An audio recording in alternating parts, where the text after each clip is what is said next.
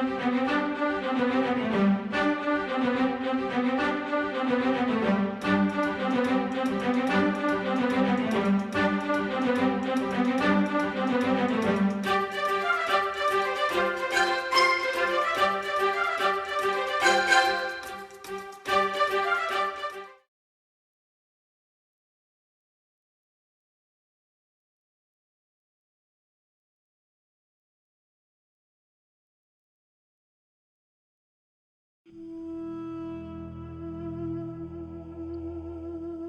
জগতে মাতৃশক্তির কোনো তুলনাই চলে না।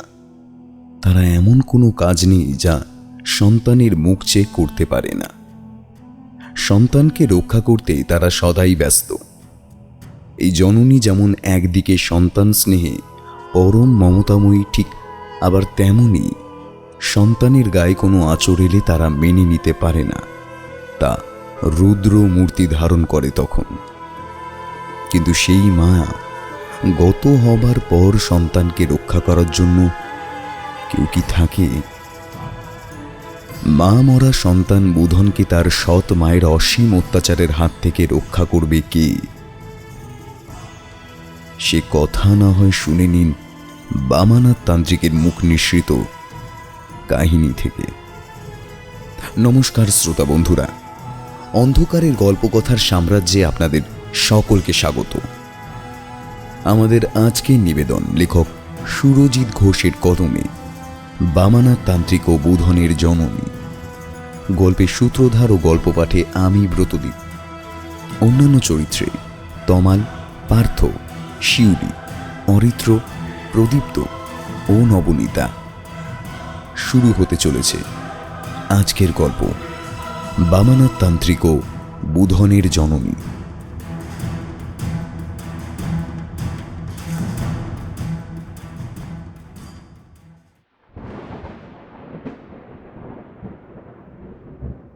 আমি আর কল্যাণ বামানাথ তান্ত্রিকের বাড়ির নিকটে এসে পৌঁছতেই আকাশের বুকে একটু একটু করে জমতে থাকা শ্রাবণের ঘন কালো মেঘ ভেঙে ঝমঝম শব্দে শুরু হলো বৃষ্টি।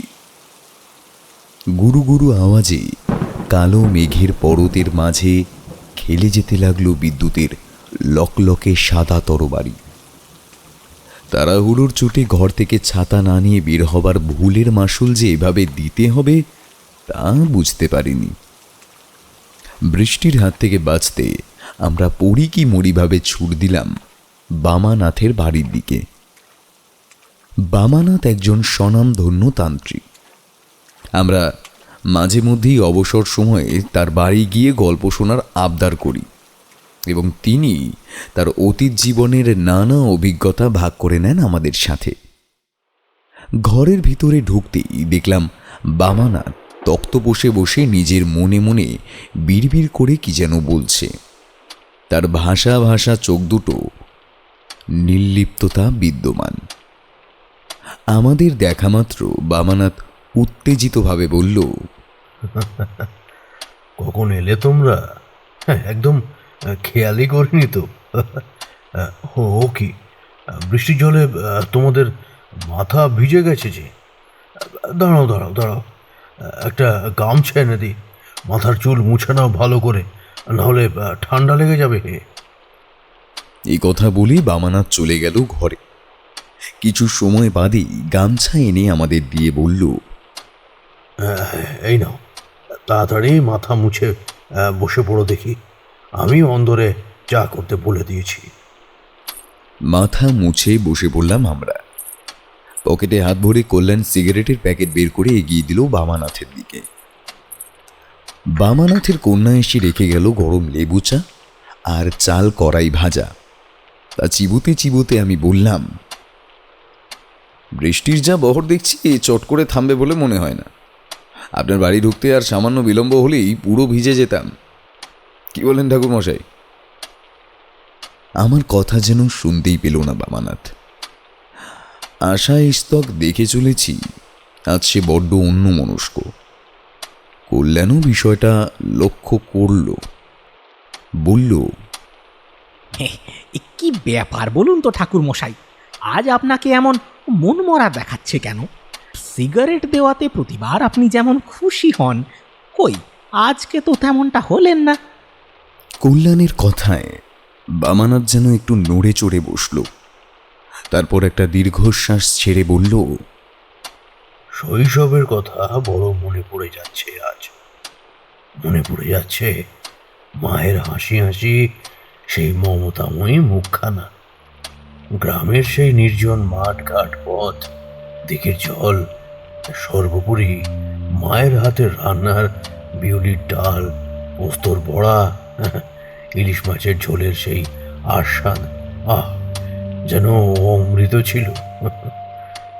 সারা জীবনে তো আর কম মানুষের হাতের রান্না খেলাম না, তবে মায়ের হাতের সেই স্বাদ কোথাও আমি পাইনি। কোথায় যে হারিয়ে গেল সেই সব রঙিন দিনগুলো। এসব পুরনো দিনের কথা স্মরণে আসলে মনটা কেমন উদাস হয়ে যায়। আচ্ছা কল্যাণ, এই জগতের সকল জননী বোধ হয় একই রকমের হয়, তাই না? এই যেমন ধরো আমার মা, তোমাদের মা, কিংবা আর 5 জনের মা, তারা সকলেই তো সর্বদা ব্যস্ত থাকেন সন্তানের মঙ্গল চিন্তায়।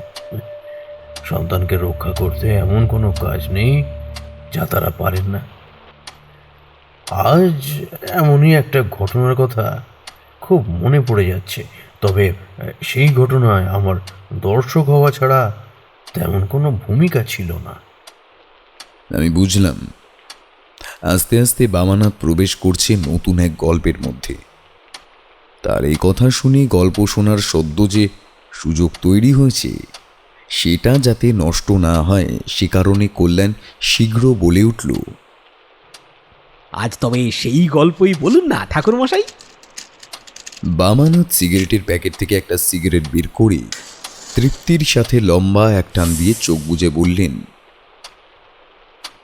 বেশ, শোনো তবে।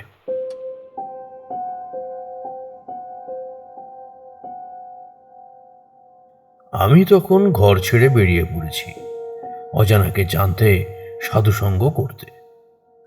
একদিন দ্বীপ্রহরে গ্রীষ্মের কড়া রোদের হাত থেকে বাঁচতে আশ্রয় নিলাম এক প্রকাণ্ড বটবৃক্ষের তলায়। ঝোলার মুখ খুলে দেখলাম সামান্য কিছুটা চিড়ে, গুড় আর কতগুলো বাতাসা রয়েছে সেখানে। খাবারগুলো বের করে খেতে শুরু করলাম। গ্রীষ্মের দাবদাহে প্রকৃতিমা শুকিয়ে যেন তার ভয়ানক রূপ ধারণ করেছে।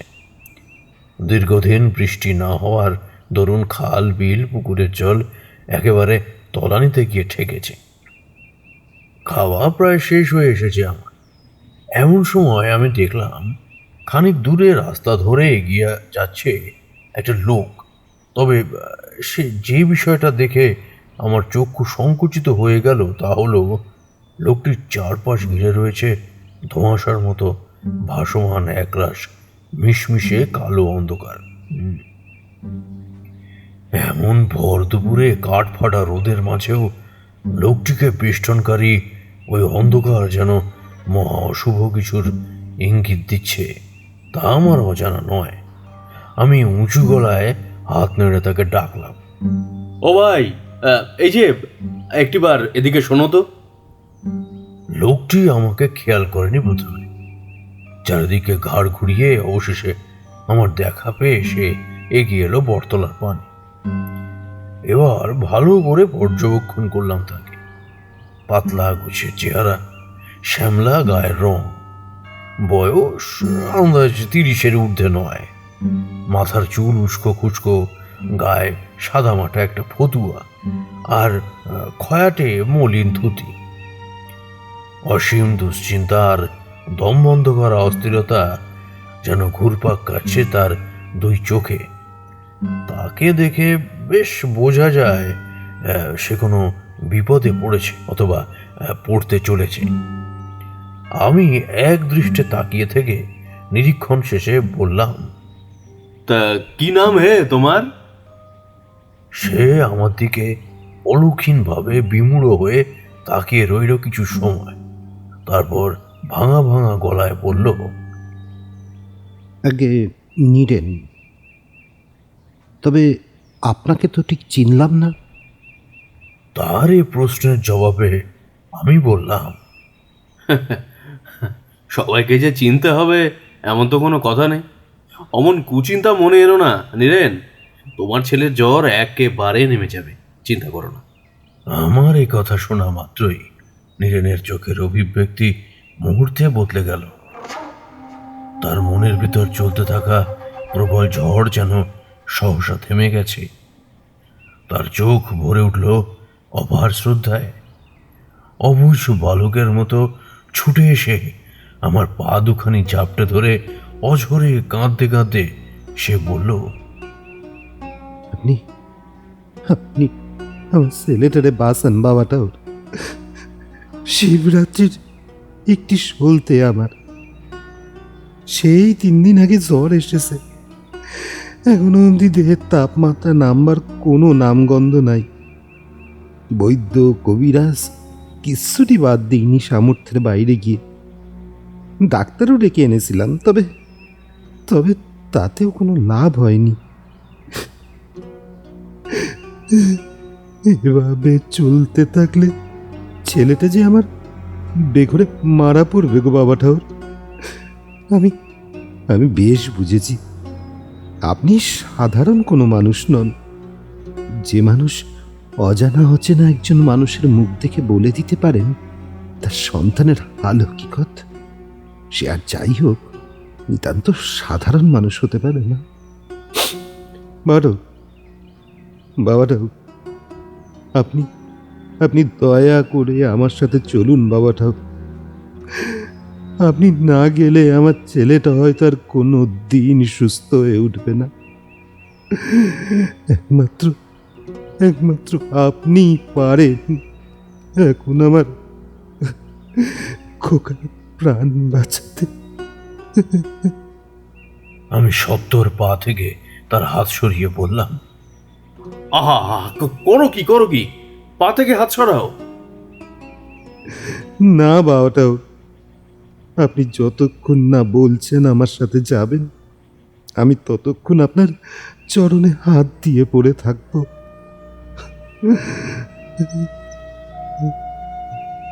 নীরেনের এমন কাতর স্বরের পীড়াপিড়ি আর আকুতি মিনতি দেখে আমি বললাম, বেশ, ঠিক আছে, আমি যাব। তা নীরেন, তোমার বাড়ি কোথায়? আমি যাব বলায় তার মুখ আলো হয়ে উঠল খুশিতে। অকৃত্রিম ঝলমলে সামান্য হাসি হেসে ও উত্তর দিল, আগে আগে আমার গ্রামের নাম কাশিয়ারা। এখান থেকে বেশ দূরে, তবে যাত্রাপথে আপনার কোনো অসুবিধা হবে না। সামনেই আমার গরুর গাড়ি রাখা আছে। আমি এখানে এসেছিলাম এক নামজাদা বৈদ্যর সন্ধানে, কিন্তু কিন্তু তিনি বাড়িতে নেই, কোথায় যেন ডাকে গেছেন। বেশ কয়েকটা দিন কেটে যাবে তার ফিরতে, তাই অগত্যা বৈদ্যকে ছাড়াই গ্রামে ফিরছিলাম। তবে তবে ভগবান যা করে তা বোধহয় মঙ্গলের জন্যই করে। তাই তো আপনার সাথে আমার দেখা হয়ে গেল। আমি এবার নীরেনের সাথে এসে বসলাম গরুর গাড়িতে। চালক হুটহাট শব্দ করে গরুর গায়ে চাপড় মারতেই গাড়ি গড়াতে আরম্ভ করল। পরিচয় পর্বের পর জানতে পারলাম নীরেনের পুরো নাম নীরেন ঘোষ। সে কাশিয়ারা এর বাসিন্দা। তার 5খানা দুগ্ধবতী গাভী রয়েছে। তাদের দুধ বিক্রি করেই সে জীবিকা নির্বাহ করে। বছর 12 তার একমাত্র ছেলের নাম বুধন। বুধনের মা মারা গেছে 2 বছর আগে। বুড়ি পিসিমার কথা শুনে নীরেন দ্বিতীয়বার বিয়ে করেছে মাত্র কয়েক মাস পূর্বে। তবে মুশকিল হলো তার নতুন বউটি ভারী বদ। বিবাহের পূর্বে ঘরেও সে বিষয়ে টের পায়নি নীরেন। বুধন তার সৎ মায়ের 2 চোখের বিষ হয়ে উঠেছে। নতুন মা তাকে সারাদিন হাড় ভাঙা পরিশ্রম করায়, উঠতে বসতে খাবার নিয়ে খোঁটা দেয়। ছেলেটা যে জ্বরে শয্যাশায়ী হয়ে পড়েছে তাতে তার বিন্দু মাত্র মাথা ব্যথা নেই। সহানুভূতির পরিবর্তে দিবা নিশি অবিরাম সাপ সাপান্ত করে চলেছে তাকে। ছেলের এমন ভয়ানক দুরারোগ্য জ্বর, নতুন বউয়ের নিত্যদিন অশান্তির প্রকোপে তার মন মেজাজ একেবারে তুঙ্গে উঠেছে। এরকম চলতে থাকলে সে পাগল হয়ে যাবে স্বল্প সময়ের মধ্যেই। একথাও বলল নীরেন। সিক্ত চোখে অসহায় ভাবে ও আরো বলে চলল, বাবা ঠাকুর, সবই তো শুনলেন। আমি যে কি ভুল করেছি গিরিবালাকে বিয়ে করে। ও মানবী নয়, ও দানবী। মানুষ হলে কি আর খোকাকে দিয়ে অমন পশুর মতো মেহনত করাতে পারত? ওই শয়তানি অত্যাচার ওইটুকু বাচ্চা কি আর সইতে পারে? তাই তেমন জ্বর বাঁধিয়ে বসলো ছেলেটা আমার। বাবা ঠাকুর, আমি ঠিক করেছি গিরিবালাকে তার বাপের ঘরে রেখে আসবো, না হলেও বাঁচতে দেবে না খোকারে। আমি নীরেনের কথা শুনছিলাম বিনা মন্তব্য। মনটা বিষণ্ণ হয়ে যাচ্ছিল বাচ্চাটার করুণ অবস্থার কথা ভেবে। এক্ষেত্রে তো বুধনের কোনো দোষ নেই, তবু তাকে কেন এমন অত্যাচারিত হতে হবে, কেন এত কষ্ট ভোগ করতে হবে, এই প্রশ্ন আমার মনে চলতে থাকলো।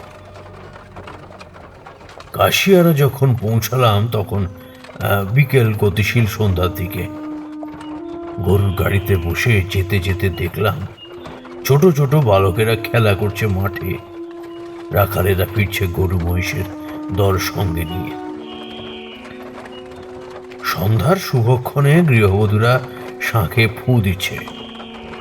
গ্রাম বাংলার সন্ধ্যা যেমন হয় আর কি, সেরকমই।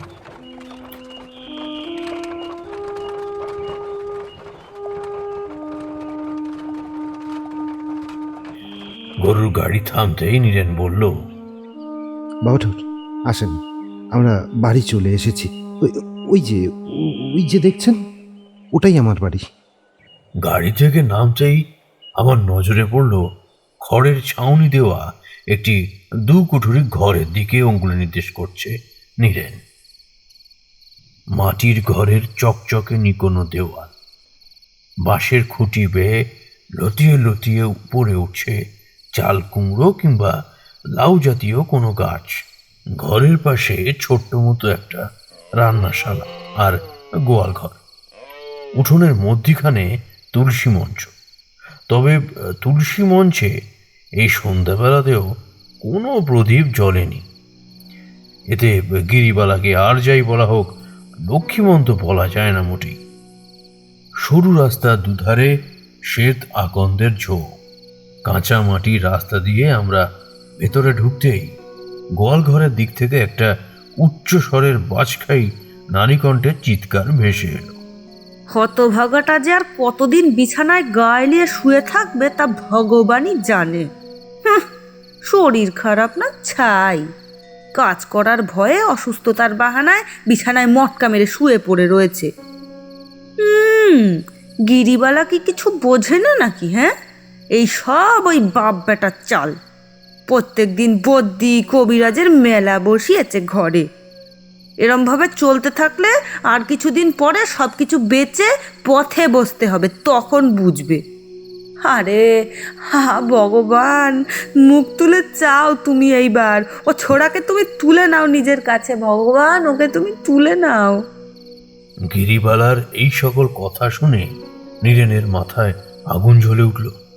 প্রচণ্ড ক্রোধে সে এগিয়ে গেল গোয়াল ঘরের পানে। আমি বুঝলাম আসার পথে নীরেন গিরিবালা সম্বন্ধে একটি কথাও বাড়িয়ে বা মিথ্যে বলেনি। বলি, নতুন বউ, তুমি কি চোখ থাকতে বন্ধ নাকি? বুধন মিছিমিছি মটকা মেরে পড়ে আছে, তা ওর গায়ে হাত দিয়ে কখনো দেখেছো ঠিক কতখানি উষ্ণতা রয়েছে? তোমার মুখে কি কিছুই আটকায় না? হ্যাঁ গো, মা মরা ছেলেটার প্রতি তোমার সামান্য মায়া দয়াও নাই? ছি ছি ছি ছি ছি। পারতে পারতে নিজের পেটের হলে এই সমস্ত কথা বলতে। চরম শত্রুরও মৃত্যু কামনা করতে নেই, সেখানে তুমি কি না? ছি। আচ্ছা, মেয়েরা তো মায়ের জাত হয়, তুমি সে জাতের কলঙ্ক নতুন বউ, শুধু কলঙ্ক। নীরেনের করা প্রতিবাদে গিরিবালা গোয়াল ঘর থেকে বেরিয়ে এসে সেই বাঁচখাই সুরে বলল, ও চলে এসেছে দেখছি। মরণ, বেটার প্রতি সোহাগ দেখলে গা যেন একেবারে জ্বলে যায়। হুঁ, ও মা, উনি আবার কে গা? গিরিবালার প্রশ্নের উত্তর দেওয়ার কোনো প্রয়োজন বোধ করল না নীরেন। আমাকে দেখে ঘোমটা দিল গিরিবালা। তার অন্তরের নিষ্ঠুর নির্মমতার মাঝে যে মায়া দোয়া স্নেহের ছিটে ফোটাও নেই, তাহা বুঝতে সামান্য সময়ও আমার লাগলো না। আমি দৃঢ় গলায় বললাম, নীরেন, আমাকে বুধনের ঘরে নিয়ে চলো। নিজের রাগ সাময়িক সময়ের জন্য প্রশমিত করে গিরিবালার কাছ থেকে সে আমার কাছে এসে বলল, আসুন বাবা ঠাকুর, এখানে দাঁড়িয়ে থেকে বৃথা সময় নষ্ট করার কোনো মানেই হয় না। আমি নীরেনের সাথে একটা ঘরে প্রবেশ করলাম। ঘুটঘুটে অন্ধকার ঘরের ভিতরে নীরেন হাতড়ে হাতড়ে লণ্ঠন পেয়ে ওটা জ্বালাতেই ধীরে ধীরে হলুদ আভা ছড়িয়ে পড়ল প্রতিটি কোণায়। অন্ধকার ফিকে হতে হতে মিলিয়ে গেল এক সময়। আমার কেন জানি না মনে হলো ঘরের মধ্যে সাদা বর্ণের কি যেন একটা ছিল। আমাদের ঢোকা মাত্রই স্যাঁত করে সেটা সরে গেল। একটা মিষ্টি অথচ সূক্ষ্ম সুগন্ধ নাকে এলো আমার। লম্বা ঘ্রাণ নিয়ে দু চোখ বন্ধ করলাম।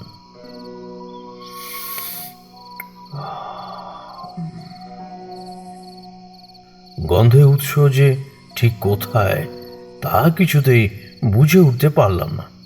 অবশেষে ভাবলাম বাড়ির পিছনের দিকে হয়তো কামিনী ফুলের গাছ রয়েছে। খোলা জানালা দিয়ে হাওয়ার সাথে তারই গন্ধ ভেসে আসছে। আলো আধারের আলপনা বিছিয়ে পড়েছে সর্বত্র।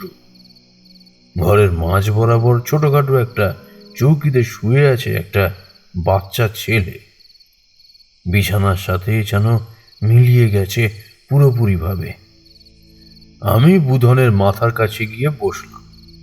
ছেলেটা জ্বরের ঘরে ক্রমাগত ভুল বকছে। কান পেতে শোনার চেষ্টা করলাম সে কথা। খুব নিচু স্বরে অস্পষ্টভাবে বললেও খানিকটা শুনতে পেলাম আমি। ও বলছে, মা, মা, ও মা, এসো না মা, আমাকে নিয়ে যাও তোমার সাথে। আমার ভালো লাগে না, ছোট মা না আমায় খুব মারে। মা, আমায় নিয়ে যাও মা, নিয়ে যাও না মা। বুধনের গায়ে হাত দিয়ে দেখলাম সত্যই দেহের তাপমাত্রা স্বাভাবিকের তুলনায় অত্যাধিক বেশি।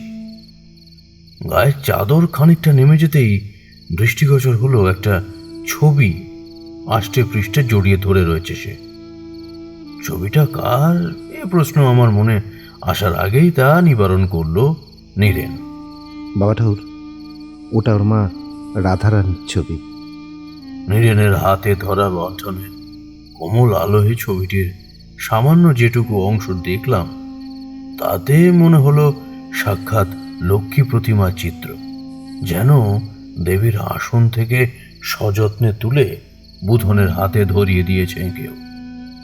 ছবিতে অঙ্কিত নারীটির রঙিন কাপড়ের প্রান্তভাগে ঢাকা তার মুখের অর্ধাংশ, কিন্তু কাপড়ের আচ্ছাদন না পরা মুখমণ্ডলের অংশে দেখা যায় ঘন কালো চুলের মাঝে আঁকা বাঁকা এক সিথি লাল টকটকে সিঁদুর। কপালে বড় লাল টিপ, টানা টানা দীঘল দুই আঁখি। নাকের মধ্যিখানে ধাতু নির্মিত নাক ছাবি আর গোলাপি ঠোঁটে লেগে রয়েছে সামান্য এক ছিলতে সুমধুর হাসি। বুধনের গায়ের চাদরটা টেনে দিলাম আমি। কপালে হাত বুলিয়ে দিতে দিতে পরমেশ্বরের কাছে কায় মনোবাক্যে প্রার্থনা করলাম তার দ্রুত সুস্থতা। নীরেন, তুমি বরং এক কাজ করো, এক বাটি জল এনে কাপড়ের টুকরো ডুবিয়ে ওর মাথায় জলপট্টি দাও, আর খানিকটা গরম দুধ খাওয়ানোর চেষ্টা করো বরং। এরপর আমি বাইরে বেরিয়ে এলাম। তখন পুরোপুরি সন্ধ্যা নেমে গেছে কাশিয়ারার বুকে। এই ভিটাতে পা দেওয়া থেকে একটা অদ্ভুত মিষ্টি গন্ধ আমি টের পাচ্ছি। ওই গন্ধটার মধ্যে একটি অসামান্য শান্তিদায়ক স্বস্তিদায়ক ব্যাপার রয়েছে। আমি হাঁটতে হাঁটতে নীরেনের বাড়ির পিছন দিকটায় এলাম, আর তাতেই যা দেখলাম তাতে আমার পা যেন মাটির সাথে আটকে গেল। বামানাথ একটু থামতেই কল্যাণ বলল, কি হলো ঠাকুর মশাই? বলুন, কি দেখে আপনার পা মাটির সঙ্গে স্থির হয়ে গেল? নীরেনের বাড়ির পিছন দিকে যেতেই আমি দেখলাম বুনো গুল্মের ঝোপ থেকে একটা আবছা ছায়ামূর্তি উঁকি মারছে ঘরের জানালার দিকে। ছায়ামূর্তির অঙ্গে রয়েছে একটা কাপড় জাতীয় কিছু। তার হাতের কাঁচে চুড়ি টুকাটুকি লেগে রিনিঝিনি শব্দ সৃষ্টি করেছে। তবে তাজ্জব করা বিষয় হলো, বাড়ির এই পিছনের দিকেও কোনো কামিনী ফুলের গাছ নেই যে গন্ধটা পেয়েছিলাম। তাহলে ওটা কিসের ছিল? বিহ্বলতা কাটিয়ে আমি চড়া গলায় বললাম, কে কে ওখানে? এই, কে তুমি? ওরকম বনের মধ্যে দাঁড়িয়ে আছো কেন? নীরেন, নীরেন, লণ্ঠনটা নিয়ে বাড়ির পেছনে এসো তো একবার। আমার এমন হাঁকে ডাকে থর থর করে কেঁপে উঠল ছায়ামূর্তিটি।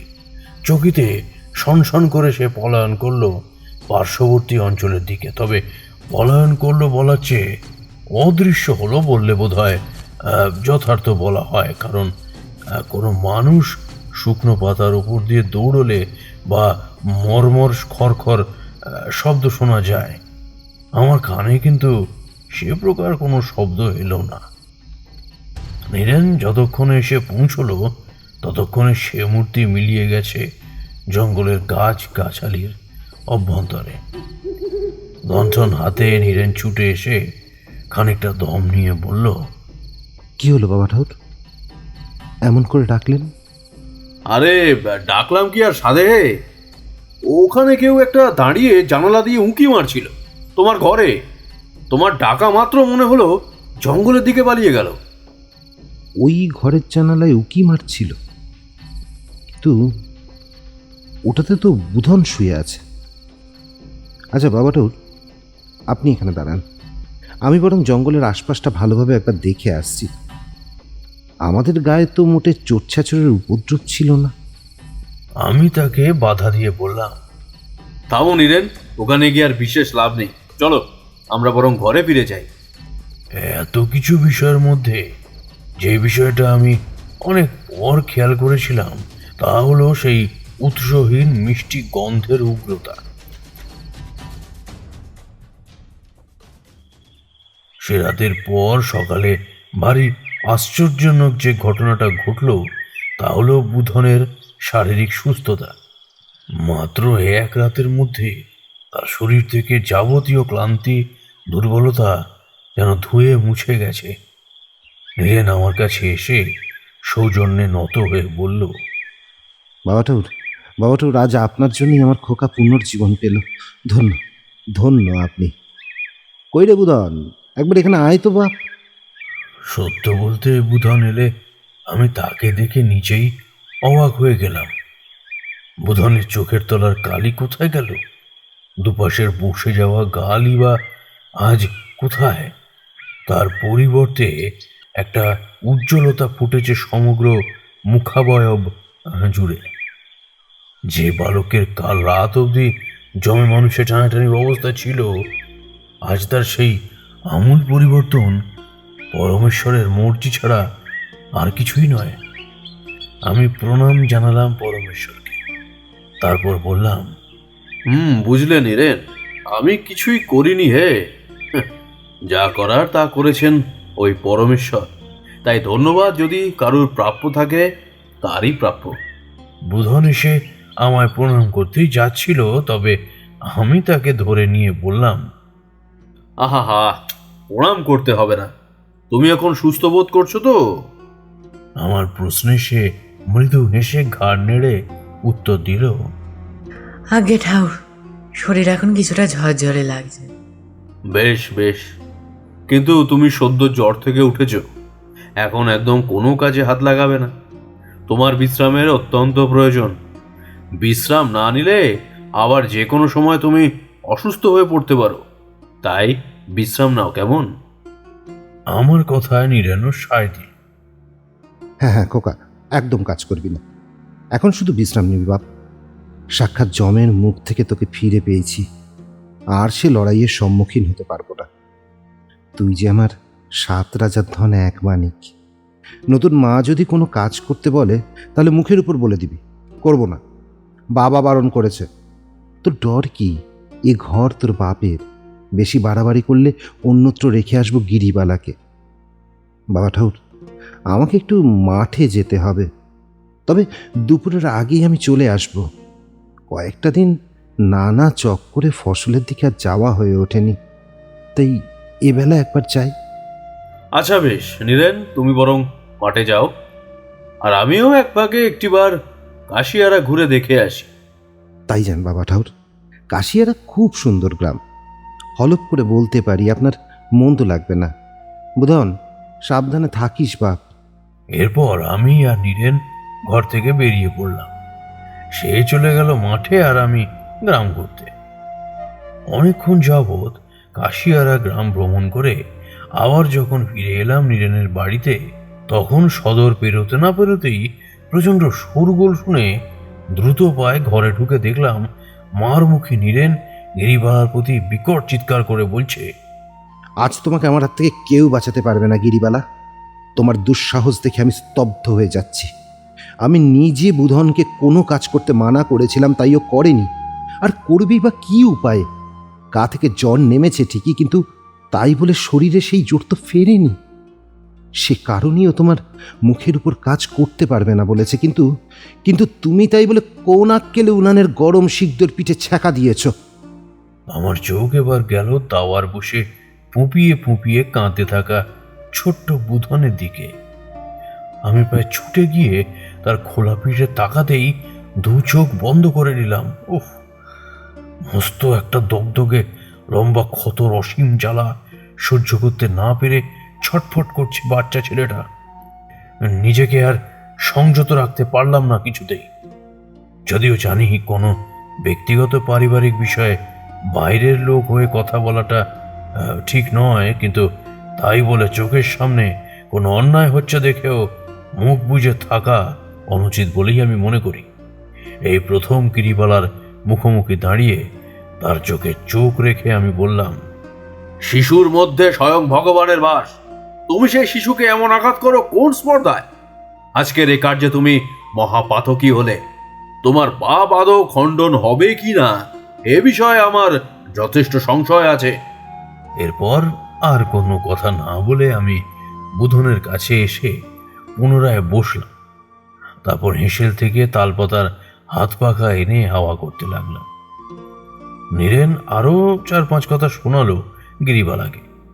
গিরিবালা কিন্তু মুখে কিছু বলল না, গৌম মেরে দাঁড়িয়ে রইল ঠায়। খানিক বাদে জলশূন্য কলসি কাঁকে তুলে বেরিয়ে গেল বাইরে। আমার চোখে এবার একটা অতিলৌকিক ব্যাপার ধরা পড়ল, আর পরক্ষণেই সারা শরীরে কাঁটা দিয়ে উঠল।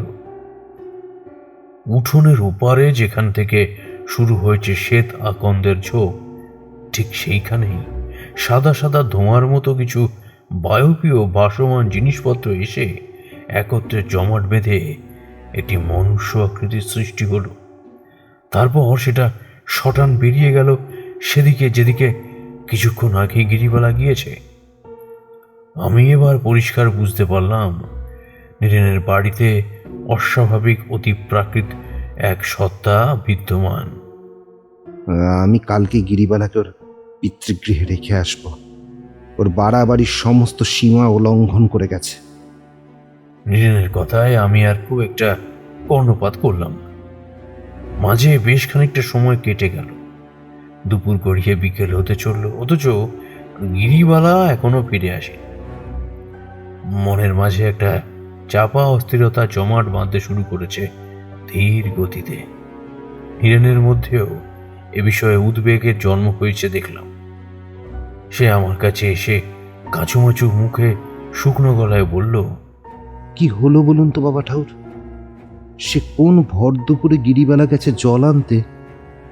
ওই এখনো তো ফিরল না। আমার মনে হয় যে হাজারো পোস্টার ঝড় উঠেছে, তা আমি বুঝতে না দিয়ে বললাম, কিছুই তো বুঝতে পারছি না নীরেন। পুকুর থেকে জল আনতে তো তার এতক্ষণ সময় লাগার কথা নয়। তাহলে আমার মনে হয় জানেন, গিরিবালা গোসা করে কোনো পড়শির গৃহে ঢুকেছে। না হে, ব্যাপারটা এতটা তুচ্ছ করে দেখলে বোধহয় মূর্খামি হবে। আমাদের একবার খোঁজ নিয়ে দেখা উচিত। এই সময় দিনের আলো রয়েছে, আর কালক্ষেপ না করে চলো বের হই। নীরেনকে বুঝিয়ে সুঝিয়ে গিরিবালার খোঁজে বেরিয়ে পড়লাম। আশেপাশের কিছু বাড়িতে তার সন্ধান করেও নিরাশ হয়ে শেষমেশ পুকুর ঘাটের দিকে এলাম। পুকুরের শান বাঁধানো ঘাটে মৃত কলসির ভাঙা টুকরো দেখে মনটা ছ্যাঁত করে উঠল। তবে কি যে আশঙ্কা করেছিলাম তাই সত্য হলো।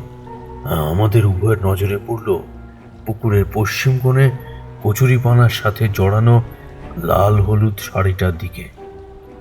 আমার মনে পড়ে গেল যে এই শাড়িটাই পরেছিল গিরিবালা। নীরেন এক লাফ দিয়ে ঝাঁপিয়ে পড়ল জলে, সাঁতার কেটে সেখান থেকে ডুব দিয়ে তুলে আনলো গিরিবালার হিমশীতল ফ্যাকাশে দেহটা। পুকুর ঘাটে গিরিবালাকে শুইয়ে নীরেন বোঝার চেষ্টা করলো তার হৃদযন্ত্র কাজ করছে কিনা। ধীরে ধীরে ঘাটে ভিড় জমে উঠল। সাধারণ মানুষ অনুমান করলো যে নিশ্চয়ই পা পিছলে জলে পড়ে মারা গেছে গিরিবালা। আমার কিন্তু সে ধারণা হলো না, কারণ দিনের আলো ফুরিয়ে এলেও আমি পরিষ্কার দেখেছিলাম তার গলায় লম্বাটে আঙুলের অস্পষ্ট দাগ, যার থেকে এটাই প্রমাণ হয় যে কেউ তাকে গলা টিপে মেরে প্রাণহীন দেহটা ফেলে দিয়েছে জলে। কল্যাণ তাড়াতাড়ি বলে উঠল, কি সর্বনাশ! কে খুন করলো গিরিবালাকে? সে তো এখনই বলা যাবে না হে। তাহলে গল্প শোনার উত্তেজনা থেকে বঞ্চিত হবে তোমরা। তাছাড়াও এই ঘটনা যখন ঘটেছিল তখন আমিও তো আর আগে ভাগে সব কিছু বুঝতে পারিনি, তাই তোমরাও আস্তে আস্তে সব জানতে ও বুঝতে পারবে। আমি বললাম, সেসব ঠিক আছে ঠাকুরমশাই, তারপর কি ঘটল না হয় বলুন। বামানাথ সিগারেটের প্যাকেট থেকে সিগারেট বের করে ফস শব্দে তা ধরিয়ে এক রাশ ধোঁয়া ছেড়ে বলল,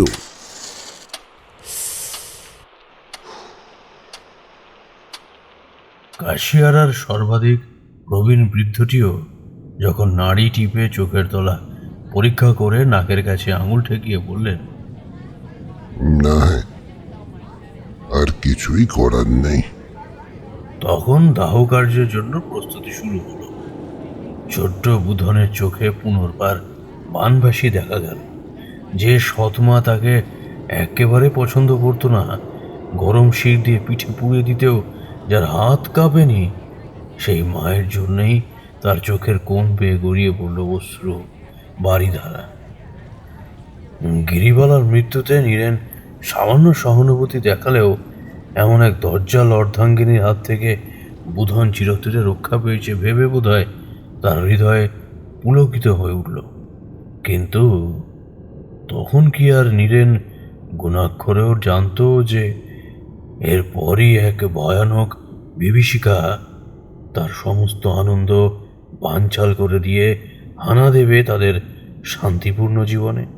শেষকৃত্য যখন সম্পূর্ণ হলো তখন বলা যায় ভোর রাত। যাবতীয় ক্রিয়াকর্ম সেরে নীরেন আর বুধন সকালের দিকে ফিরে এলো ঘরে। সারাটা দিন কেটে গেল থমথমে ভাবে।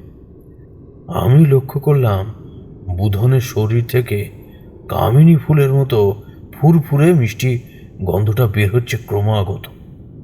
যাই হোক, পড়ন্ত বিকালের শেষটুকু তেজ বিলিয়ে দিয়ে সূর্য অস্ত গেল, নেমে এলো ঘোর কালো রাত। আমার মনের মধ্যে কেউ যেন বলে উঠল, আজকে রাতে ভয়ানক কিছু একটা ঘটতে চলেছে। তোমরা তো জানো আমি কোনো বিপদের আগাম ইঙ্গিত পেলে তা মিথ্যে হওয়ার নয়। তাই নীরেনকে কাছে ডেকে শান্ত স্বরে বললাম, দেখো নীরেন, আজ রাতে তোমার আর বুধনের কোনো এক মহা অনিষ্ট ঘটতে চলেছে, তাই তোমাকে একটু হুঁশিয়ার থাকতে হবে। উদ্বিগ্ন হয়ে পড়ো না, আমিও তোমাদের সাথে সাথেই একই ঘরেই থাকবো। দেখা যাক কি ঘটে। মুখে উদ্বিগ্ন হতে বারণ করলাম বটে, তবে আমার মধ্যে বিচিত্র বিপদের ঘণ্টা কিন্তু বেজেই চলল। নীরেন শঙ্কিত হয়ে কম্পমান গলায় বলল, কি বলছেন বাবা ঠাকুর? আমাদের উদ্ধার করুন আপনি। হে রাধা মাধব, আমি তো জ্ঞান তো কোনো পাপ করিনি। আমার কপালে তবে এত দুর্ভোগ, এত ঝঞ্ঝাট কেন? আহ নীরেন, এখনই এত ঘাবড়ে যেও না, শক্ত হও। তুমি ভয় পেলে বুধনের কি দশা হবে বুঝছো? শোনো, বুধনকে সব কিছু জানানোর কোনো দরকার নেই। রাতে অল্প কিছু ফল দই খেলাম। নীরেন বুধনকে কয়েক টুকরো ফল খাওয়ালো, তবে নিজে দাঁতে কিচ্ছুটি কাটল না। কারণ কি জানো, মানুষ যদি একবার জেনে যায় যে তার মাথার উপর ভয়ঙ্কর অযাচিত কোনো বিপদের কাঁড়া নেমে আসতে চলেছে, তাহলে তার নাওয়া খাওয়া তখন মাথায় উঠে বই কি। সে যাই হোক, খাওয়ার পর আমি নীরেন আর বুধন শুয়ে পড়লাম ঘরে। শোয়ার আগে এক ঘটি জল নিয়ে তা শোধন করে ছিটিয়ে দিলাম চৌকির চারিধারে। যত রাত বাড়তে লাগলো ততই আমার মনের মধ্যে সেই অতল স্পর্শী ভয়ের বিচিত্র অনুভূতি একটু একটু করে মাথা চাড়া দিয়ে উঠল। বারে বারে মনে হলো, এই বুঝি এমন কিছু ঘটবে যা আমাদের সকলের কল্পনাতীত। আমি যা ভেবেছিলাম তাই ঘটল। তখন গভীর হয়েছে রাত। বাইরে নির্জনতার মধ্যে যেন কিসের একটা ধপ করে শব্দ হলো। দেখলাম শব্দটা কানে যেতেই নীরেনের চোখে যেটুকু তন্দ্রাভাব নেমে এসেছিল তাও উবে গেছে কর্পূরের মতো। স্থির চোখে চেয়ে রইলাম বন্ধ দরজার দিকে। আমার শিরায় শিরায় শিহরণ প্রবাহ প্রবল বেগে বেয়ে চলেছে। সেই ভারী শব্দের আওয়াজ ক্রমে এগিয়ে এলো, তবে শব্দটা কিন্তু এক নাগাড়ে হচ্ছে না। প্রত্যেকবার শব্দ হবার মাঝে থাকছে ক্ষণকালের তফাৎ। শব্দের ছন্দ দেখে বোঝা যায় এটি কোনো ভারী পদাঘাতের শব্দ, তবে এমন গুরুভার সম্পন্ন দেহ কার হতে পারে তা আমি বুঝলাম না। এই গোটা বিষয়টি বলতে হয়তো বেশ খানিকটা সময় লাগলো, তবে বাস্তবে ঘটেছিল কিন্তু চোখের নিমিষে। কি বলবো তোমাদের, এরপর যা চাক্ষুষ করলাম তাতে আমার হৃদস্পন্দন দ্বিগুণ বেড়ে গেল। ধড়াম শব্দে বন্ধ দরজাটা খুলে যেতেই হু হু করে ঘরে ঢুকে এলো অশান্ত বাতাস। একটা উৎকট শব্দের সাথে ডানা ঝটপট করতে করতে কোনো নিশাচর পাখি উড়ে এসে বোধহয় বসলো গৃহের চালে। খোলা দৌড় দিয়ে এবার আস্তে আস্তে প্রবেশ করলো বিকৃত এক কায়া। চার হাতে পায়ে ভর দিয়ে হামাগুড়ির মাধ্যমে এগিয়ে আসছে সে। প্রতিবার মাটিতে পা রাখার ফলে উৎপন্ন হচ্ছে শব্দ। কায়াটির ঘাড় একদিকে হেলান। ছোট ছোট দুটো কোঠরে যেন দু টুকরো জ্বলন্ত কয়লা রেখে দিয়েছে কেউ। ধুলোতে লোটাচ্ছে তার ডবডবে ভিজে সুবিশাল কেশ। শরীর থেকে টপ টপ করে চুমিয়ে পড়ছে জলবিন্দু। জলের মিহি সরু রেখা জন্ম নিচ্ছে তার গা থেকে। কায়ার হাত পা সম্পূর্ণ উল্টো দিকে ঘোরানো। ক্ষণে ক্ষণে সে নিচের লকলকে জিহ্বা বের করে চেটে নিচ্ছে ঠোঁটের উপর নিচে, আর তাতেই চকচক করে উঠছে তার অজস্র ছুচালো নখগুলো। আমার বুক হিম হয়ে এলো। এ কোন নরকের কুৎসিত অপচ্ছার আগমন হলো নীরেনের ঘরে? বাবাটাও দরজাটা খুলে গেল কি করে? ও ওরকম ভাবে ওদিকে তাকিয়ে রয়েছেন বা কেন? আপনি বসুন বসুন, আমি আমি দরজার আগলটা তুলে দিয়ে আসি। আমি নীরেনের হাত শক্ত করে চেপে ধরে উত্তেজনাপূর্ণ গলায় বললাম, চুপটি করে বসো এখানে, খবরদার, চৌকি থেকে এক পাও কিন্তু নামাবে না। নীরেন যে সে কায়া দেখতে পাচ্ছে না তা টের পেলাম। ওই কায়া আরো কাছে এগিয়ে আসছে। মাত্র কয়েক হাতের ব্যবধান আমাদের মাঝে। এরপর একটু একটু করে কাঠের পুতুলের মতো সে উঠে দাঁড়ালো দু পায়ে ভর দিয়ে। অঙ্গে ল্যাপটানো পরিধেয় আচ্ছাদনের ফাঁক থেকে এক টানে টেনে আনলো একটা বিশাল ছুচালো ধাতব দণ্ড। দণ্ডের চকচকে পলা দেখে আমার গা শিউরে উঠল। তার অভিসন্ধি মোটেও সুবিধার ঠেকলো না আমার কাছে। বাবা ঠাকুর, ওই ওই ওই শলা খাওয়া আমার শূন্যে ভাসছে কি করে? নীরেনের কথায় আমার হুঁশ ফিরল। সে গায়াটিকে দেখতে না পেলেও তার হাতে ধরা দণ্ডটি দেখতে সক্ষম।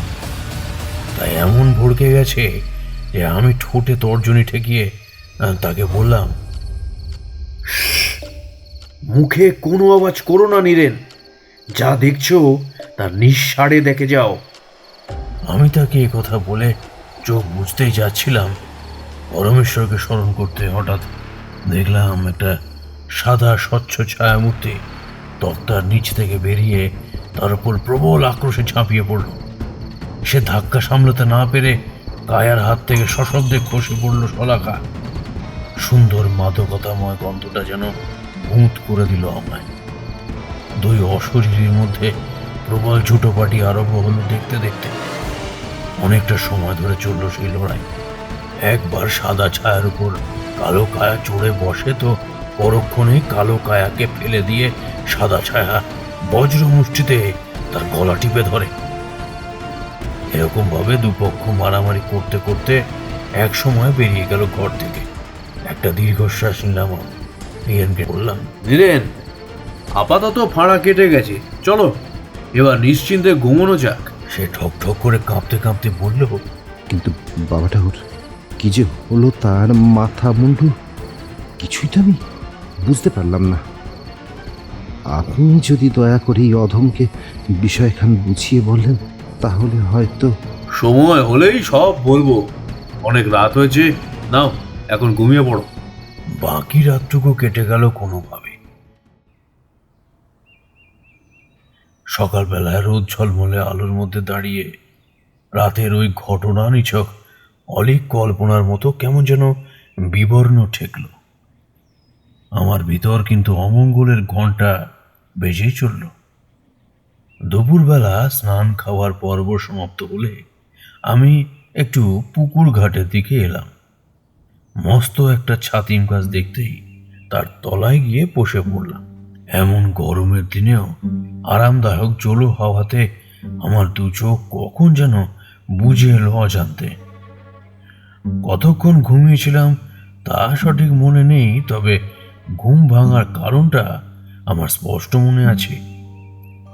ঘুমন্ত অবস্থায় হঠাৎই আমার অন্তর যেন মোচড় দিয়ে উঠল। পুরনো অভিজ্ঞতা থেকে বুঝলাম পুনরায় মারাত্মক বিপদের সম্মুখীন হতে চলেছে ওরা।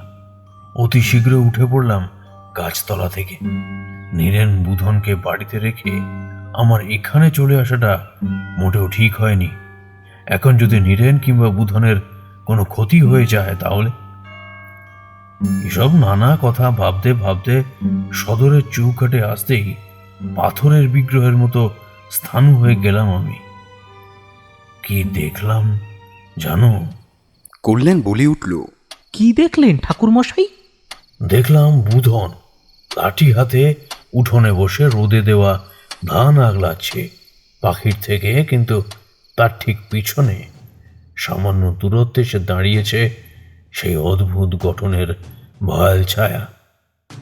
সে তার এতটাই সান্নিধ্যে এসে পড়েছে যে আর কয়েক পা বাড়ালেই হাতের নাগালে পেয়ে যাবে বুধনকে। আমার চিন্তায় তখন পাগল হওয়ার জোগাড়। ছেলেটার যে সামান্য গাত্রবন্ধনটুকু করা নেই, এবার কি হবে? কৃষ্ণকায় কায়াটি বাড়িয়ে দিল তার বৃহৎ নখরযুক্ত দুবাহু। বুধনকে গলা টিপে হত্যা করতে চলেছে সে। এদিকে হঠাৎ শ্বেত আকন্দের ঝোপে নাচন শুরু হতেই আমার চোখ গেল সেদিকে। আকন্দের ঝাড় কাঁপিয়ে বেরিয়ে আসছে অস্পষ্ট সেই সাদাটে ছায়া। এক ছুটে উঠোনের কাছে গিয়ে সাদা ছায়াটি সোজাসুজি ঝাঁপিয়ে পড়ল কালচে কায়াটিকে লক্ষ্য করে। যথারীতি জোর কদমে আবার শুরু হলো লড়াই। সর্প আর বেজি মুখোমুখি হলে যেমন তারা এক মারণ সংঘর্ষে লিপ্ত হয়, এক্ষেত্রেও ঠিক তাই হলো। পরস্পর পরস্পরের মধ্যে হানাহানি চলাকালীন অদৃশ্য হয়ে গেল। আমি বুধনের কাছে গিয়ে জিজ্ঞাসা করলাম, তুমি ঠিক আছো তো বুধন? তোমার কোথাও লাগেনি তো? আমার সেই প্রশ্নে সে কিংকর্তব্য বিমূঢ় হয়ে চেয়ে থেকে বলল, ও মা ঠাকুর, হঠাৎ করে আমার লাগতে যাবে কেন? আমি ঠিকই আছি। পিতার মতো তার চোখেও ওই দুই বিদেহী আত্মা ধরা পড়েনি, পড়েছে কেবল আমার নজরে। কারণটা তো তোমরা জানোই, আমার সেই বিশেষ অভিজ্ঞতা।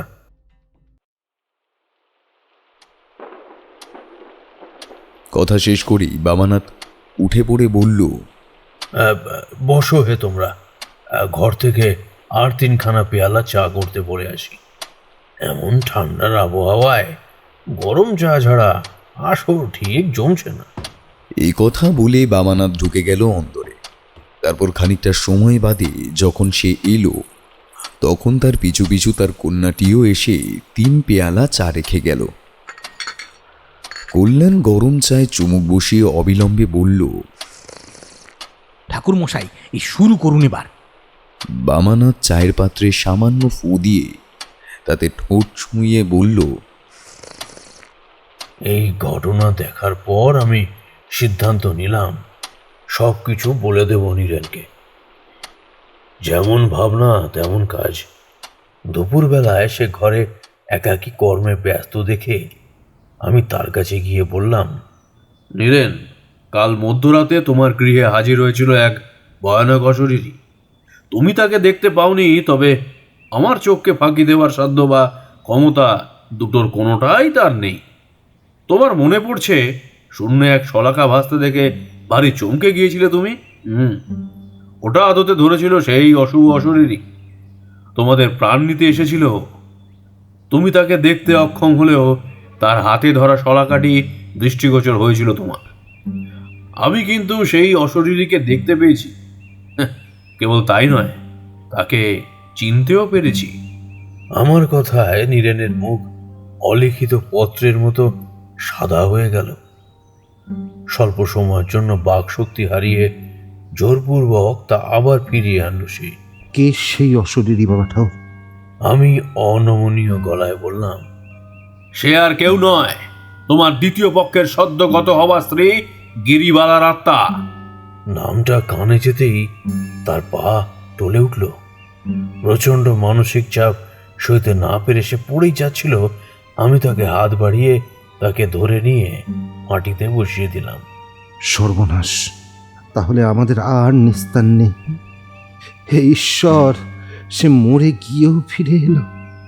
ও সর্বনাশিনী আমাদের পিতা পুত্রের জীবন নিয়ে তবেই বোধহয় শান্তি লাভ করবে। আমি তার এই প্রশ্নের প্রত্যুত্তর দেওয়ার প্রয়োজনীয়তা বোধ করে বললাম, না হে নীরেন, তোমার এ কথা আমি মেনে নিতে পারছি না। কারণ অন্য আর এক স্বচ্ছ শ্বেত শুভ্র অশরীরী আত্মা বারে বারে তোমাদের পিতা পুত্রের প্রাণ বাঁচিয়ে চলেছে গিরিবালার দুষ্ট আত্মার হাত থেকে। নীরেন আমার কথায় আঁতকে উঠে বলল, কি কইছেন বাবা ঠাকুর? আরও একটি আত্মা রয়েছে আমার বাসায়? হ্যাঁ, রয়েছে। আর তার দৌলতেই তোমরা এখনো সূর্যের আলো দেখার সৌভাগ্য লাভ করছো। তাকে ভয় না পেয়ে ধন্যবাদ দাও, সে তোমাদের ঘরে আছে বলে। কিন্তু বাবা ঠাকুর, দ্বিতীয় অর্থাৎ সে শ্বেতকায় আত্মাটা কি চিনতে পেরেছেন আপনি? তার মুখ বা দেহের খুঁটিনাটি সেভাবে দেখা না গেলেও সে যে আসলে কে তা আমি অনুমান করতে পেরেছি। তবে তোমাকে এখনই বলবো না তার পরিচয়। আমি নিজে আরো নিশ্চিন্ত হই, তারপর না হয় জানাবো তোমায়, কেমন? আর কিছু না বলে আমি সোজা অপর ঘরটাতে ঢুকে গেলাম। ঘুমটা অসময়ে ভেঙে যাওয়ার কারণে আবার ঘুমিয়ে পড়লাম কখন যেন। তবে আমার দিবানিদ্রায় ব্যাঘাত ঘটালো একটি সুমধুর হালকা মিষ্ট গন্ধ। চোখ বুজে থাকা আর সম্ভব হলো না আমার পক্ষে। দু চোখের পাতা খুলতেই দেখলাম আমার বিছানায় পায়ের কাছে বসে আছে একটি সাদা ধবধবে শরীর। তবে সে শরীর মোটেও রক্ত মাংসে গড়া নয়। কুয়াশা কিংবা অফুরন্ত ধূসর মেঘ যেন জমাট বেঁধে সে দেহের জন্ম দিয়েছে। মাথা হেঁট করে বসে থাকার কারণে লম্বা চুল আর ঘোমটা তার মুখ ঢেকেছে। বোধহয় নীরবে কাঁদছে সে। আমার মুখে একটা খুশির দীপ্তি ফুটে উঠল। একেবারে ঠিক আন্দাজি করেছিলাম, তবে আমার ঠোঁট জুড়ে সূক্ষ্ম হাসির রেখা অঙ্কিত হলো। তবে আমার ঠোঁটে হাসি ফুটল তার কান্নার সহায়হীনতা দেখে নয়, বরং তার অপত্য স্নেহ দেখে। নিচু গলায় বললাম, রাধারানী, কাঁদছ কেন? বামানাথের কথা শুনে কল্যাণ লাফিয়ে উঠে প্রশ্ন করল, ঠাকুরমশাই, তার মানে ওই সাদাটে প্রেতাত্মা আসলে বুধনের জননী রাধারানীর ছিল? কল্যাণ ফের বলল, আপনি কি করে বুঝলেন যে ওটি রাধারানী? ধুর, এ আবার এমন শব্দ কি গায়? এই ব্রহ্মাণ্ডে জননীর চেয়ে আপন আর কেউ নেই। 10 মাস 10 দিন গর্ভে ধারণ করার পর অসহ্য প্রসব বেদনাকে তুচ্ছ করে মাই একমাত্র পারে নারী ছেঁড়া ধন কোলে নিয়ে সমস্ত জ্বালা যন্ত্রণা নিমিষে ভুলে যেতে, কেবলমাত্র ছোট্ট নবগত শিশুর ওই মুখটি দেখে। আমি নীরেনের বাড়িতে পদার্পণ করা মাত্রই বুঝেছিলাম এক অলৌকিক অস্তিত্বের উপস্থিতি। সেই বিদেহী আত্মা ছিল সর্বক্ষণ বুধনের সঙ্গী। মা ব্যতীত আর কেই বা এমন করে খেয়াল রাখতে পারে? মনে করে দেখো, প্রথম দিন যখন বুধনের ঘরে ঢুকলাম তখন আমার মনে হয়েছিল কেউ একটা সরে গেল। তারপর বাড়ির পিছন থেকে জানালা দিয়ে যে ছায়ামূর্তি উঁকি মারছিল তা আর কেউ নয়, সে রাধারানী ছিল। ছেলের প্রতি নজর রাখতে সে সর্বদা ব্যস্ত। বুধনের দেহ থেকে আমি রাধারানীর আত্মার মিষ্টি গন্ধ পেয়েছিলাম। তবে হ্যাঁ, একেবারে প্রথমেই আমি ধরতে পারিনি যে সেই অশরীরই হলো রাধারানী। যত সময় গেছে ততই তো উপলব্ধি করেছি অন্তরে অন্তরে। আচ্ছা ঠাকুরমশাই, তারপর কি হলো? রাধারানী মুখ তুলে চাইল আমার দিকে। তার মাথা থেকে ঘুমটা খুলে যেতেই দেখলাম বুধনের জ্বরের সময় যে মুখ ছবিতে দেখেছিলাম হুবহু সেই একই মুখ। ঘোর কালো চুলে টকটক করছে সিঁথি ভরা সিঁদুর, কপালে বিরাজমান লাল টিপ, নয়নে লেপ্টে রয়েছে মায়া কাজল আর গোলাপের পাঁপড়ের মতো 2 ঠোঁট।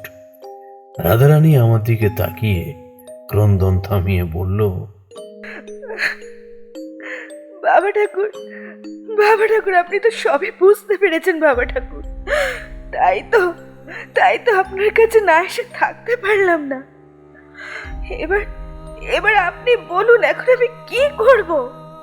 তোমার যা করণীয় তুমি তাই করবে মা। জননীর অসাধ্য এমন কোনো কাজ নেই এই ভুবনে। তোমার অন্তরেতে যে অসীম শক্তি ও বিপুল তেজ রয়েছে তা একাগ্র করে চেষ্টা করো, তাহলেই অশুভ শক্তির পরাজয় নিশ্চিত।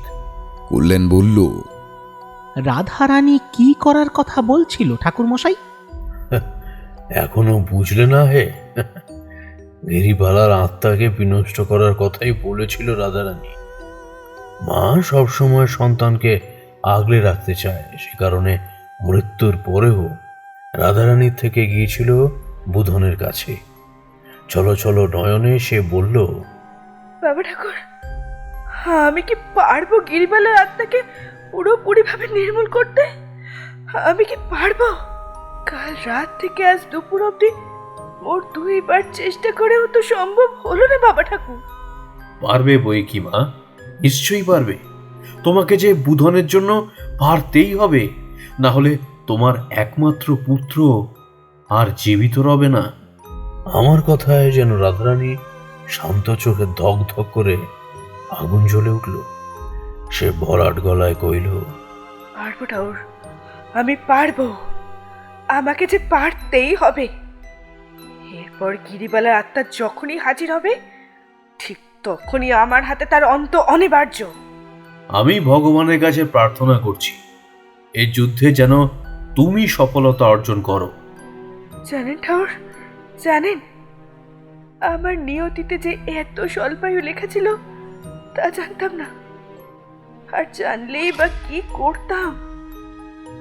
জন্ম মৃত্যুর ওপর তো আর মানুষের হাত নেই। বেশ সুখেই সংসার করছিলাম জানেন, কিন্তু হঠাৎ করে কাল রাতের মতো ঘনিয়ে এলো এই সময়, যখন বুধনকে ছেড়ে আমায় চলে যেতে হলো। মরার পরে ছেলেটার ওই অসহায় নিঃস্ব মুখটা দেখে আমি থেকে গেলাম ওর কাছে। বেঁচে থাকতে যা যা করতাম এখনো সেই সবই করি। যেমন ও ঘুমিয়ে গেলে মাথায় হাত বুলিয়ে দিই, জ্বর বা অন্যান্য শরীর খারাপে সর্বক্ষণ কাছে কাছে থাকে। খেলতে গিয়ে চোট পেয়ে ঘরে এলে আমি এসে ওর ক্ষতস্থানে ফু দিয়ে দিই। ঘুমের ঘরে মা মা বলে যখন ডেকে ওঠে, তখন বড় মাতৃ উষ্ণতায় বুকে জড়িয়ে ধরি।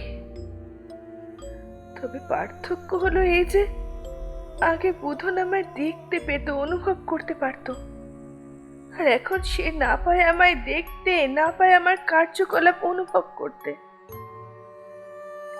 পিসিমার কথায় যখন বুধনের বাবা নতুন বিয়ে করে ঘরে বউ আনলো, বিশ্বাস করুন আমি ভারী খুশি হয়েছিলাম।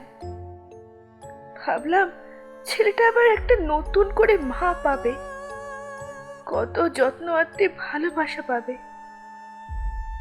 বড্ড মূর্খ ছিলাম আমি। এখন তো হাড়ে হাড়ে বুঝি। গিরিবালা আসার কদিন পর থেকেই নিজের আসল রূপ ধরলো।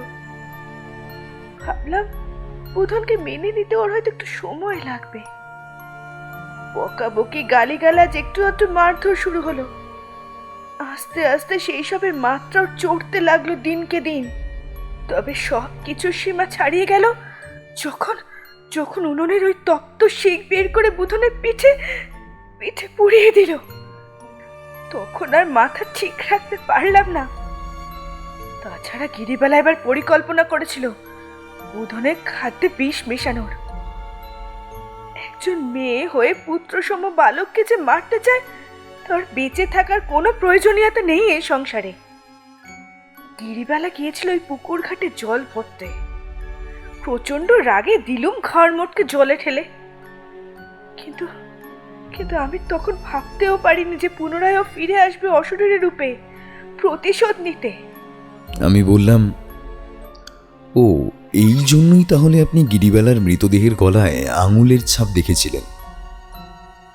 বামানাথ উপর নিচে মাথা নাড়ালো। হ্যাঁ, গিরিবালা সেদিন প্রকৃতপক্ষে জল আনতেই গিয়েছিল। তার আত্মঘাতিকা হওয়ার বিন্দুমাত্র বাসনা ছিল না। তবে রাধারানীর স্নেহময়ী আত্মাও তখন সন্তানের উপর তার করা অত্যাচার প্রত্যক্ষ করে তার সৎ মায়ের কুটিল গুপ্তপন্থীতে যথেষ্ট কুপিত হয়েছিল। ফলে যা হওয়ার তাই হলো। সন্তানের গায়ে আঁচড় লাগলে সকল জননীর বুকেই জ্বলে ওঠে এক ভয়াবহ আগুন। সে আগুন পুড়িয়ে ছারখার করে দিতে পারে হিতাহিত সকল কিছু। রাধারানী এরপর মারাত্মক উত্তেজিতভাবে বলল, বাড়ুর সে এসে গেছে। আজ এই মুহূর্তে নয় গিরিবালা শেষ হবে, আর তা না হলে আমি। এই বলে রাধারানী এক ছুটে বেরিয়ে গেল বাইরে। তার পেছনে পেছনে বের হলাম আমিও। দুপুরের রোদের তেজ এখন বেশ কমেছে। গরম বাতাসের একটা স্রোত যেন পাক খাচ্ছে নিটেনের বাড়ির পরিধি বরাবর। গিরিবালার শ্রীহীন কদাকার আত্মা অতি মন্থর গতিতে এগিয়ে আসছে বাড়ির দিকে। তার গনগনে দু চোখে যেন জিঘাংসার ভাঁটা। শরীর থেকে ধাবিত হওয়া জলের রেখায় মিশে যাচ্ছে কষ বেয়ে গড়িয়ে পড়া লালা মিশ্রিত রক্ত। অমসৃণ প্রেত সুলভ কণ্ঠে গিরিবালা বিকট হেসে চিৎকার করে বলল,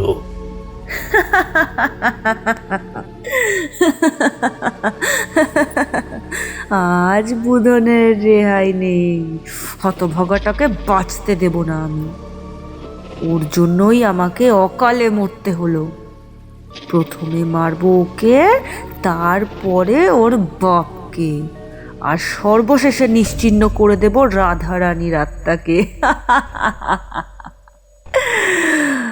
রাধারানী ভেবেছে এইভাবে রক্ষা করতে পারবে সব কিছু, কিন্তু সে সম্ভব নয়। বেঁচে থাকলে বিষ খাইয়ে মারতাম, আর এখন গলা টিপে মারবো।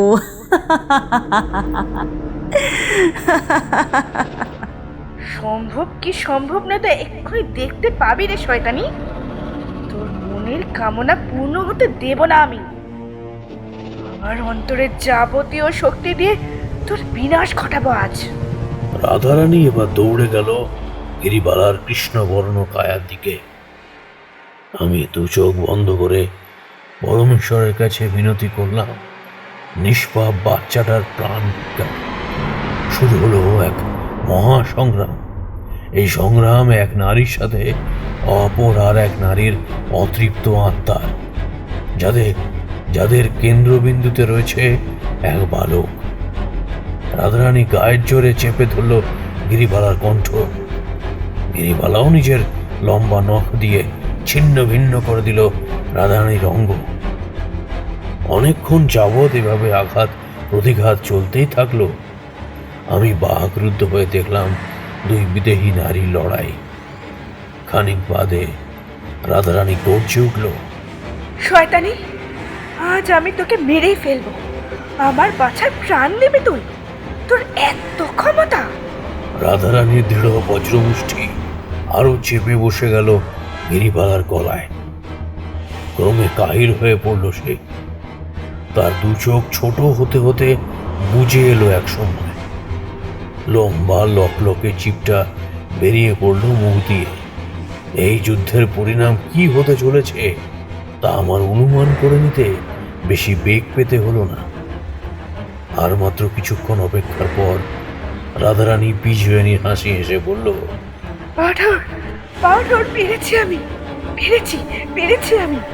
আমার সন্তান এখন পুরোপুরি সুরক্ষিত ওই শয়তানির কবল থেকে। গিরিবালার কায়া ধীরে ধীরে নেতিয়ে পড়ল মাটিতে। অতঃপর বাতাসের সাথে চূর্ণ বিচূর্ণ হয়ে গেল আজীবনের মতো। আমি পরমেশ্বরের উদ্দেশ্যে ধন্যবাদ জানালাম। রাধারানী আমার সম্মুখে এসে নত হলো। আমি অনুভব করলাম কতগুলো নরম আঙুল যেন সংগ্রহ করে নিল আমার পদধূলি। আপনি না থাকলে আজ আমি হয়তো পারতাম না গিরিবালা প্রেতাত্মাকে শেষ করে দিতে। আমি হেসে বললাম, এতে আমি আর কি করলাম মা? যা করার সে তো তুমিই করলে। আমি শুধু ঈশ্বরের কাছে প্রার্থনা করেছি মাত্র। আপনি যদি আমার মনোবল বৃদ্ধি না করতেন তাহলে এই যুদ্ধে জয়লাভ আমার পক্ষে হয়তো অসাধ্য হয়ে দাঁড়াতো। রাধারানী এবার বুধনের কাছে গিয়ে স্নেহের একখানা চুম্বন করলো তাকে, তারপর অদৃশ্য হয়ে গেল। মায়ের এমন নিখাত ভালোবাসা দেখে আমার চোখের কোণ ভিজে উঠল। আমি নীরেনকে কাছে ডেকে বললাম সবটা। তার মুখমণ্ডল জুড়ে কতগুলো অনুভূতি যেন একসঙ্গে খেলে গেল। বুধনও অদৃশ্য কোনো দেহ স্পর্শের আনন্দে যেন ডুবে গেল। নীরেন মৃদু গলায় বলল, তার মানে বাবা ঠাকুর, স্বচ্ছ অশরীরীটি আসলে রাধারানী ছিল। হে প্রভু, সে জীবিত না থেকেও আমাদের প্রাণে বাঁচালো, অথচ আমরা তা বুঝতেই পারলাম না। ধন্য ধন্য তুমি রাধারানী, ধন্য তুমি। তোমার মতো এমন গর্ভধারিণী আমি এ জীবনে আর দ্বিতীয় দেখি নাই। তুমি মা দুর্গার মতোই যেন সাক্ষাৎ জগৎ জননী। ধন্য ধন্য তুমি। গিরিবালার অতৃপ্ত অপশক্তি ধ্বংস হওয়ায় বুধন এবং নীরেন সম্পূর্ণরূপে সুরক্ষিত দেখে আমি তার পরদিনই বাড়ির উদ্দেশ্যে যাত্রা করলাম। আমার নয়নে ভেসে উঠছিল রাধারানীর সেই লাস্যময়ী মুখখানি, এবং মনের আঙিনায় দেখেছিলাম জন্মদাত্রী মায়ের মুখ। বামানাথের গল্প সমাপ্ত হলে আমি আর কল্যাণ বের হলাম বাড়ির পথে।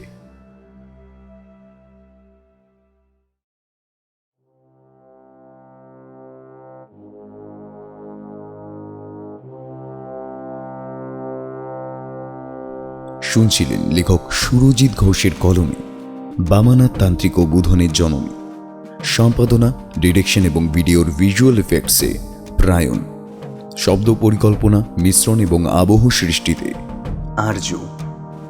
পোস্টার ডিজাইনে কৃষ্ণেন্দু মণ্ডল। কেমন লাগলো আজকের গল্পটি? ভালো লাগলে অবশ্যই আমাদের সাবস্ক্রাইব করে আমাদের সাথে থাকুন এবং লাইক ও কমেন্টের মাধ্যমে আপনার মতামত জানান।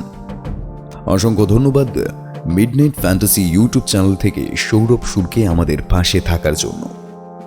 এরকম গল্প যদি আরও শুনতে চান তাহলে প্লিজ আমাদের কমেন্টের মাধ্যমে জানান। দেখা হবে নতুন কোনো গল্পে। ততক্ষণের জন্য শুভরাত্রি। ভালো থাকবেন, সকলকে ভালো রাখবেন।